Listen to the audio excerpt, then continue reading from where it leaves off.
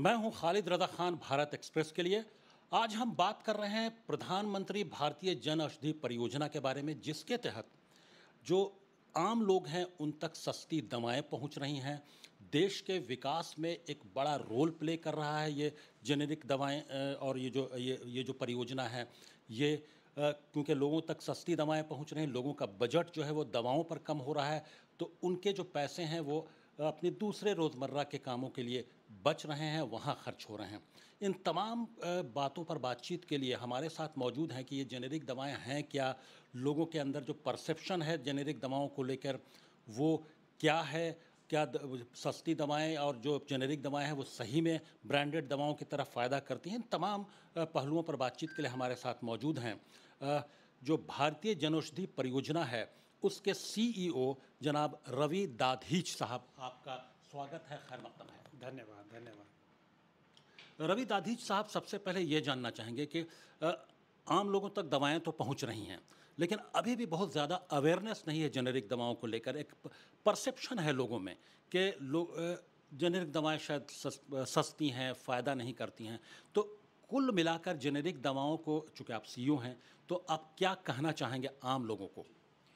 Generic दवाएं वही दवाइयां हैं जिनका केमिकल कंपोजिशन या जिस सामग्री से वो बनाई गई हैं वो वही है जो कि ब्रांडेड दवाइयों का है, क्योंकि ये एक केमिकल कंपोजिशन होता है, इसमें कुछ केमिकल्स होते हैं सभी दवाइयों में।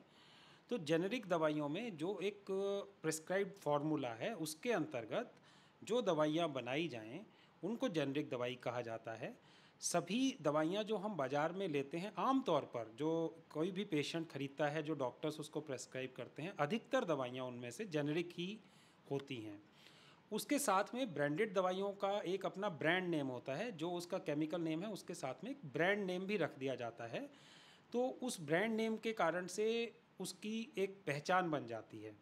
तो भारत सरकार ने एक प्रयास किया कि जन औषधि परियोजना के माध्यम से लोगों को सस्ती और अच्छी क्वालिटी की दवाइयाँ उपलब्ध कराई जाएं, और इसका पूरा देशव्यापी एक योजना के तहत इसको उपलब्ध कराने के लिए हर ज़िले में, देश के लगभग सभी ज़िले, 785 ज़िले इसमें कवर्ड हैं और सभी राज्य और केंद्र शासित प्रदेश कवर्ड हैं। वहाँ पर जन औषधि की अलग से दुकानें खोली गई हैं और उनको हम लोग सेंट्रलाइज प्रोक्योरमेंट करके यहाँ से दवाइयाँ हम लार्ज स्केल पे ख़रीद के एक पूरे प्रोसेस के तहत पूरे देश में उपलब्ध कराते हैं। तो लोगों को मैं यह बताना चाहूँगा, जो दर्शक देख रहे हैं या जो सुन रहे हैं, कि जेनरिक दवाइयों की क्वालिटी बहुत ही उम्दा है। जेनरिक दवाइयाँ जो जनौषधि के माध्यम से बेची जा रही हैं उनका एक पूरी प्रक्रिया के तहत उनको भारत सरकार यह सबको आश्वासन देना चाहेगी कि ये दवाइयाँ आप बेफिक्र होकर यूज़ करें, उपयोग में लाएं और अपनी बचत करें। जी, एक सवाल यहाँ पर यह बनता है कि मुझे लगता है ऐसा, एक पत्रकार के नाते और एक आम जो नागरिक है उसके नाते, कि जेनेरिक दवाओं के प्रचार प्रसार में थोड़ी कहीं कुछ कमी रह गई है, इसलिए लोगों में वो अवेयरनेस नहीं आ पे। लोग, हालांकि बहुत हद तक लोग अवेयर हैं, लेकिन जो कन्फ्यूज़न है जेनेरिक दवाओं को लेकर कि ये दवा कम फ़ायदा करती है, पता नहीं इतनी सस्ती दवा है तो क्यों सस्ती दवा है, भले ही सरकार उसको उपलब्ध करा रही हो, क्यों नहीं। लेकिन तो इसको लेकर आपको अवेयरनेस कैंपेन ज़्यादा चलाने की ज़रूरत है, ये मुझे ऐसा लगता है। तो हम इसमें निरंतर प्रयास कर रहे हैं, लगातार प्रयास कर रहे हैं कि जन औषधि की दवाइयों के बारे में पूरे देश को हम जागरूक कर सकें। और इसके लिए हर वर्ष 1 सप्ताह के हम कार्यक्रम अलग से करते हैं, जिसको जन औषधि सप्ताह के रूप में 1 से 7 मार्च तक हर वर्ष मनाया जाता है। और उसमें 7 मार्च को जन औषधि दिवस के रूप में डेडिकेट किया गया है। तो उसमें सभी राज्य सरकारों के माध्यम से, सभी गवर्नमेंट हॉस्पिटल्स के माध्यम से, डॉक्टर्स के माध्यम से, समाज के प्रतिष्ठित लोगों के माध्यम से और समाज के विभिन्न वर्ग, जिसमें महिलाएं, बच्चे, फार्मेसी कॉलेजेस, इन सब को हम लोग अप्रोच करते हैं, जन औषधि के फ़ायदे और इसकी उपलब्धता के बारे में बताते हैं। और यह इसके अलावा पूरे वर्ष भर हम डिफरेंट जो मीडिया के माध्यम से, जिसमें आउटडोर मीडिया हो, पब्लिकेशंस हों, पैम्फलेट्स हों, टीवी पर एडवर्टाइजिंग हो या रेडियो के माध्यम से हो, सिनेमा घरों में हो, बसेस पे, ऑटो रिक्शा पे, इन सब माध्यम को हमने चुना। और इसके माध्यम से ये पाया, पिछले 3 वर्षों में हम प्रति वर्ष लगभग 30% की इसमें ग्रोथ देख रहे हैं। तो लोगों का जन औषधि के प्रति रुझान बढ़ा है, उन्होंने इसको एक्सेप्ट किया है। और जिन लोगों ने इन दवाइयों को उपयोग किया, वो अब इसको एक अपनी तरफ से एक डिमांड के रूप में हर दुकान पर जाकर रेगुलरली ले रहे हैं। अभी देश भर में कितनी ऐसी जनऔषधि जो हैं केंद्र हैं जहां से लोग दवाएं खरीद सकते हैं, और आगे सरकार का क्या प्लान है? इसको जो आप बोल रहे हैं कि इसको बढ़ाने का प्लान है, एक्सपैंड करने का प्लान है, तो इसके बारे में कुछ जानकारी चाहूँगा। तो इसमें वर्ष 2024 यानी 31 मार्च 2024 तक का हमारा 10,000 जनऔषधि केंद्र खोलने का लक्ष्य था, जिसको कि उससे समय से लगभग 5 महीने पहले ही उसको पूरा कर लिया गया। और माननीय प्रधानमंत्री जी ने नवंबर के अंत में देश में 10,000 में जनऔषधि केंद्र का उद्घाटन किया। उसके साथ ही इसको आगे विस्तार करने का देश की एक बड़ी ही उम्दा योजना है, जिसमें कि देश में लगभग 25,000 तक इनकी संख्या को बढ़ाया जाएगा। तो 10,000 से बढ़ाकर जब 25,000 जनऔषधि केंद्र खुल जाएंगे देश में, तो इसकी सफिशिएंट उपलब्धता, समुचित मात्रा में लोगों को हर घर के आसपास के क्षेत्र में कोई ना कोई जनऔषधि केंद्र उनको मिल जाएगा।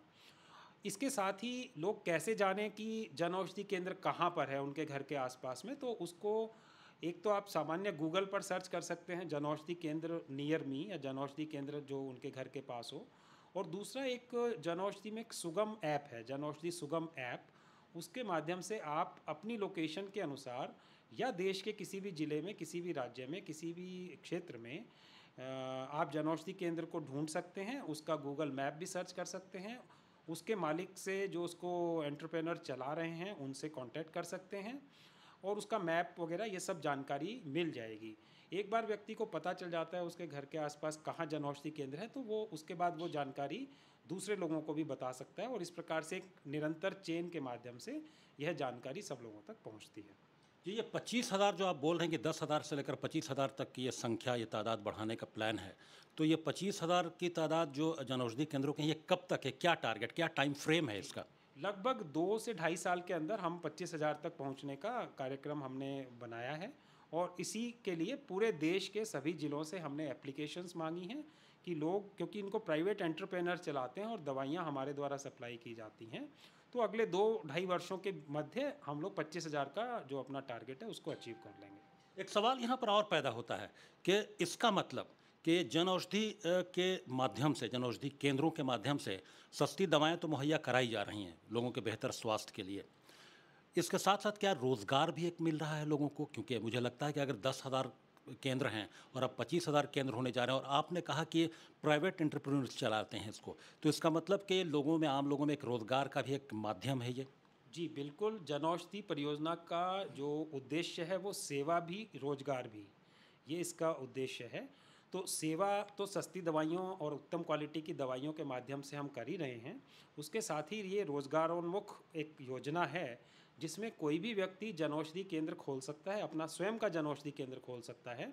उसके लिए जो निर्धारित आवश्यकताएं हैं वो मैं जानकारी के लिए बता देता हूँ कि या तो वह व्यक्ति स्वयं डी फार्मा या बी फार्मा की डिग्री रखता हो, या कोई ऐसे व्यक्ति को वो अपने साथ रख सकता है जिसको, कि जिसके पास ये डिग्रीज़ हों,